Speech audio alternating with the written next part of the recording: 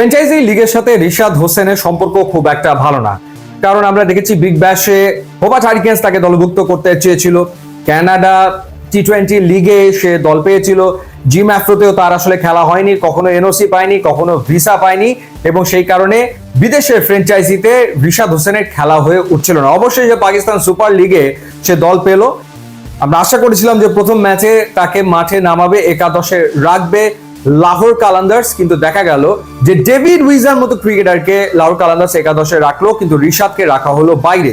এবং ডেভিড উইজা ব্যাটেও হতাশ করলেন, বলেও হতাশ করলেন, এবং আমরা ধারণা করছিলাম যে দ্বিতীয় ম্যাচে একাদশে রিশাদ হোসেন থাকবেন। তিনি থাকলেন, তিনি খেললেন, তিনি জিতলেন এবং জয় তুলে নিল লাহোর কালান্দার্স কোয়েটা গ্ল্যাডিয়েটর্সের বিপক্ষে। প্রথম ম্যাচে ইসলামাবাদ ইউনাইটেডের বিপক্ষে বড় ব্যবধানে হেরেছিল, দ্বিতীয় ম্যাচে বড় ব্যবধানে লাহোর কালান্দার্স জিতলো কোয়েটা গ্ল্যাডিয়েটর্সের বিপক্ষে। প্রথমে ব্যাট করে তারা 219 রান করেছিল 6 উইকেটে, যেখানে ফখর জামান 67 এবং স্যাম বিলিংস 19 বলে 50 রানের দুর্দান্ত ইনিংস খেলেছিলেন।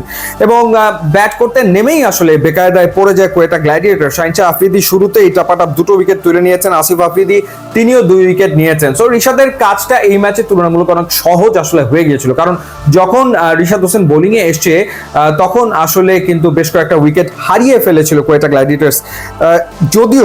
যদিও বলতে হচ্ছে রাইলি রুশো তখনও আসলে ছিল ব্যাটিং এ, এবং রাইলি রুশো 19 বলে 44 রানের ইনিংস খেলেছেন, এবং কোয়েটা গ্ল্যাডিয়েটর্স এর পক্ষে তিনি কিন্তু সর্বোচ্চ রান করেছেন, এবং সেই রাইলি রুশোকে বোল্ড করেছেন রিশাদ হোসেন। সব মিলে 3টা উইকেট নিয়েছেন, এবং লাহোর কালান্দার্সের যে বোলাররা তাদের ভেতরে সবচেয়ে বেশি উইকেট তিনি নিয়েছেন, 4 ওভারে 31 রান, 3 উইকেট তার প্রাপ্তি প্রথম ম্যাচে। দারুণ অভিষেক হলো পাকিস্তান সুপার লিগে, রিশাদ হোসেনের কোনো সন্দেহের ব্যাপারে নাই।